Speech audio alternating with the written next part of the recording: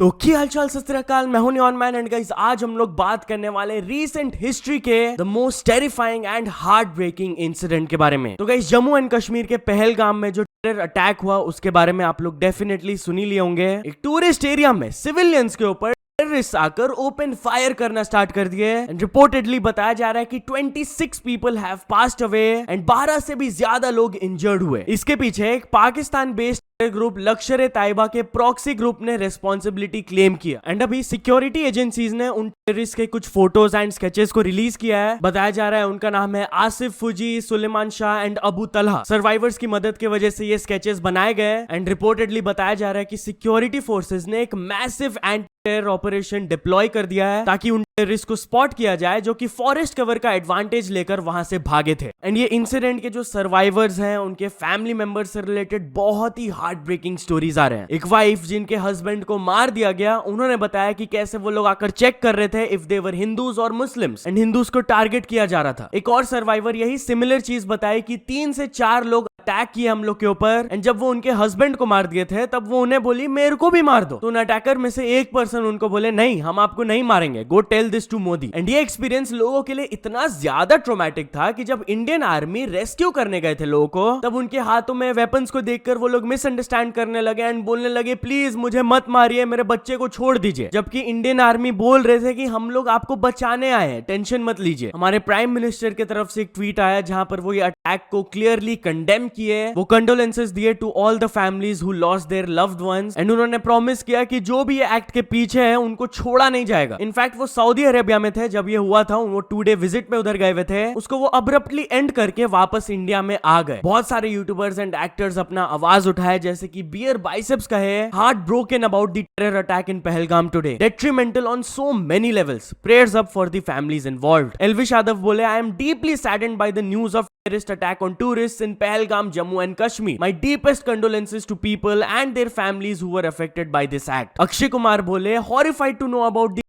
attack on tourists in Pahalgam. Sheer evil to kill innocent people like this. Prayers for their families. Sanjay Dutt बोले वो लोग हमारे लोगों को कोल्ड ब्लडेड मारे, इस चीज को माफ नहीं किया जा सकता। उन टेररिस्ट को पता चलना चाहिए कि हम लोग शांत नहीं रहेंगे, हम लोग को जल्द से जल्द रिटेलिएट करना चाहिए। I request our prime minister, home minister ji. Samay Raina बोले unable to sleep tonight. Munawar Faruqui भी बोले find them, hang them. And Lakshya Chaudhary इस इंसिडेंट के बारे में ये कहे तो भाई कश्मीर में टूरिस्ट इसलिए मारा जाता है टूरिस्ट को कि वो कौन से रिलीजन से हैं। फिर गोवा में इसलिए पिटते हैं टूरिस्ट कि वो उनकी टैक्सी ले रहे हैं, ओला उबर कर रहे हैं। साउथ इंडिया में टूरिस्ट इसलिए पिटता है कि वो हिंदी बोल रहा है, उनकी लैंग्वेज नहीं बोल रहा। पहाड़ों पे हिमाचल उत्तराखंड इसलिए पिटते हैं कि ये प्लेन वाले हैं, हमारे पहाड़ गंदे करते हैं। कोलकाता महाराष्ट्र में इसलिए पिटते हैं कि उनकी पॉलिटिकल पार्टी को सपोर्ट नहीं कर रहे टूरिस्ट। हरियाणा, यूपी, दिल्ली में तो पिटना ही पिटना है भाई। यहाँ पे तो अगर सिविलाइज रहोगे, अगर रूल फॉलो करोगे तो पिटोगे ही। तो अब से ना जब कोई इंडिया घूमने आया करेगा, इंडिया में घूमना है किसी को कहीं पे, तो उसको ना ट्रैवल एजेंसी ऐसे पैकेज बेचा करेगी कि सर 50,000 प्लस टैक्सी प्लस मार पिटाई। सर पिटना तो पड़ेगा सर ऑब्वियस है सर, आप इंडिया में घूम रहे हो सर, पिटना तो पड़ेगा। मैं पिटना इतना आश्चर्यचकित क्यों है? मार पिटाई तो होगी यार, तुम इंडिया में घूम रहे हो भाई, तुमने चूज किया इंडिया में घूमना। कुछ लोगों को तो पॉइंट पता चल गया, लेकिन कुछ लोग आके कह रहे हैं कि भाई पिटाई में और जान से मारने में तो फर्क होता है। Oh my bad bro, sorry यार, रॉन्ग कंपैरिजन यार, गलत कंपैरिजन कर दे, सॉरी भाई, तू पूरा पॉइंट ही मिस कर गया। My condolences goes out to the families involved and अब सब लोग वेट कर रहे हैं कि उन्हें जल्द से जल्द जस्टिस मिलेगा। तो चलिए अब आगे बढ़ते हम लोग बात करने वाले हैं टेक्निकल दोस्त वर्सेस नथिंग फोन के बारे में। तो क्या नथिंग कंपनी ने यूट्यूबर टेक्निकल दोस्त के ऊपर लीगल एक्शन ले लिया? वेल गाइस 3 डेज अगो वो अपने चैनल में एक वीडियो अपलोड किए थे जहां पर एक नथिंग फोन के कस्टमर क्लेम किए थे कि उनका फोन एक्सप्लोड कर गया था एंड जब वो कस्टमर केयर के पास भी गए थे कि आप फोन रिप्लेस करिए या कुछ तो एक्शन लीजिए, तब उनके तरफ से भी कोई हेल्प नहीं मिला उन्हें। तो टेक्निकल दोस्त जब अपना आवाज उठाए तब उनके ऊपर अपेरेंटली लीगल एक्शन ले लिया गया। कल वो अपने चैनल में इसके रिगार्डिंग एक वीडियो अपलोड किए जहां पर उन्होंने ये क्लेम किया।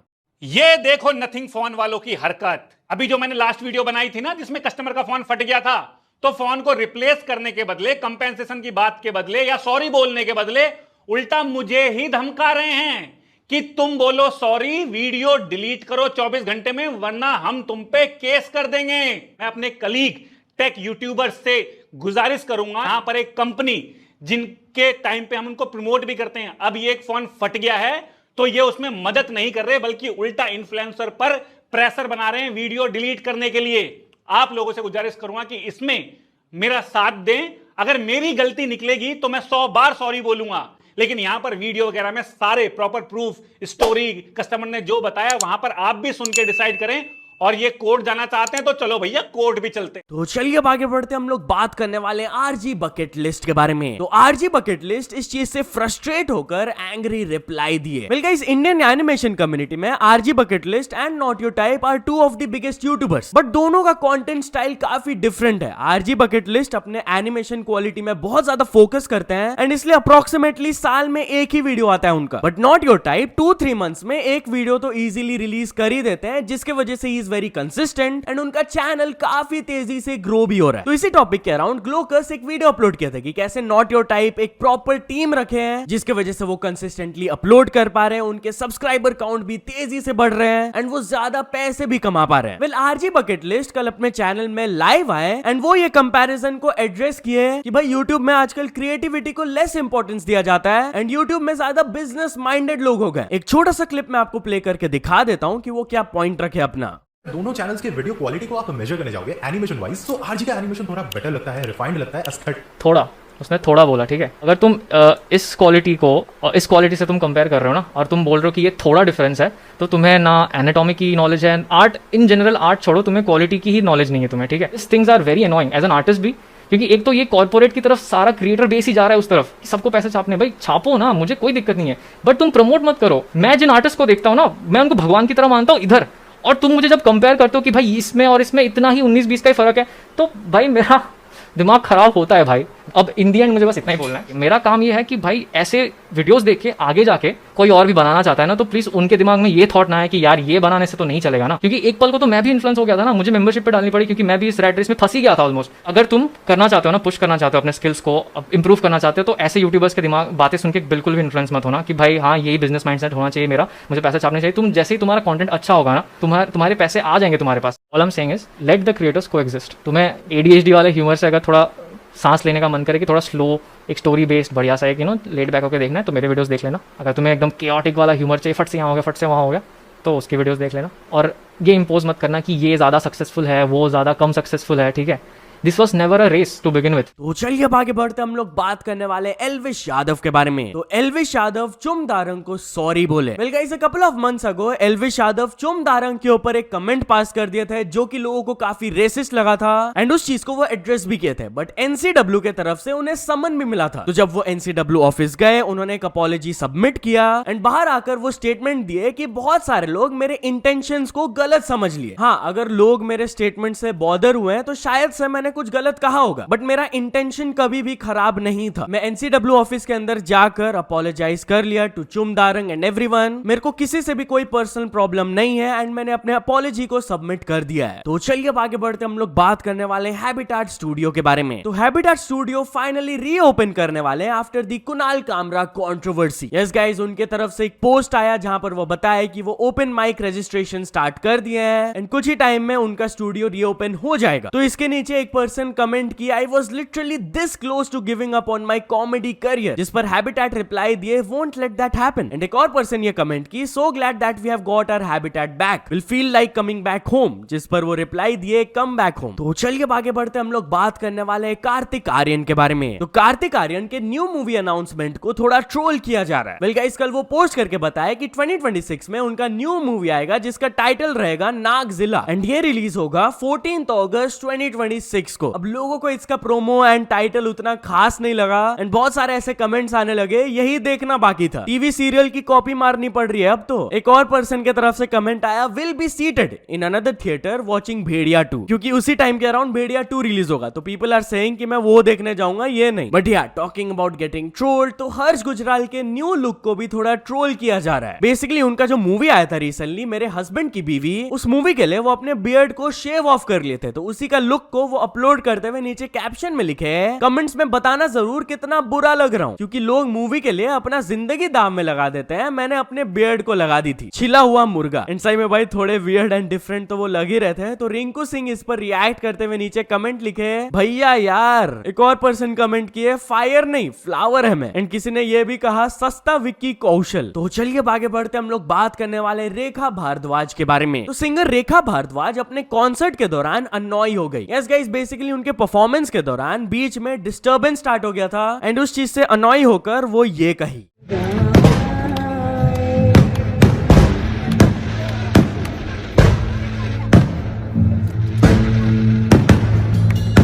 ये पटाखे बहुत अनम्यूजिकल है, बहुत गलत वक्त पे बैठे हैं। बेचारे जो सब सो गए होंगे आसपास, उनको Alok, Akash, can be please stop this.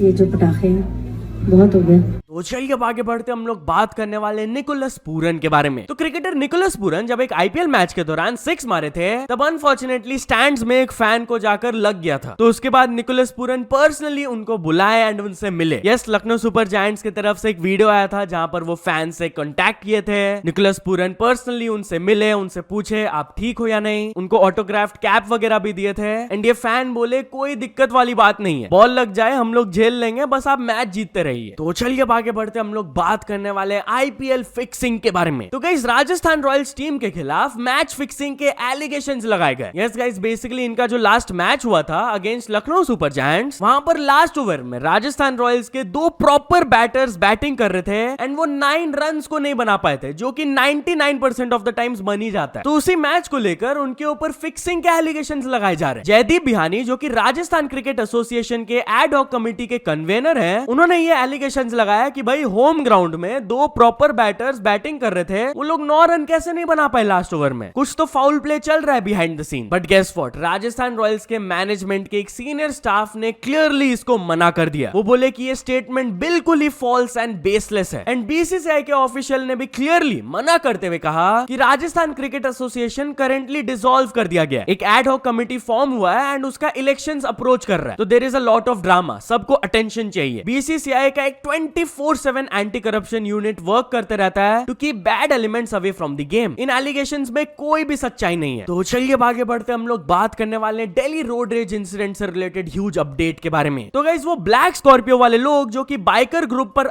किए थे उन्हें अरेस्ट कर लिया गया। यस गाइस, लास्ट वीडियो में मैंने आप लोगों को इस इंसिडेंट के बारे में बताया था कि कैसे बेसबॉल बैट से मारा गया था उनको, उनके बाइक पर तोड़फोड़ मचाया गया था। तो फाइनली उन 4 लोगों को अरेस्ट कर लिया गया। पुलिस की तरफ से एक वीडियो भी रिलीज किया गया जहां पर वो लोग हाथ जोड़कर सॉरी बोल रहे थे। सो या तो चल दोस्तों, आज की वीडियो के लिए बस इतना ही। अगर आपको ये वीडियो थोड़ा सा भी पसंद आया हो तो लाइक कर देना, चैनल में नए हो तो सब्सक्राइब भी कर लेना। न्यूज सबमिशन का लिंक डिस्क्रिप्शन में, वहां से जाके आप कुछ न्यूज भेजोगे तो आपको क्रेडिट्स में मिल सकता है मेरे डिस्क्रिप्शन में। सो ऐसे सपोर्ट करते रहना। मिलते हैं नेक्स्ट वीडियो में, टिल देन बाय बाय।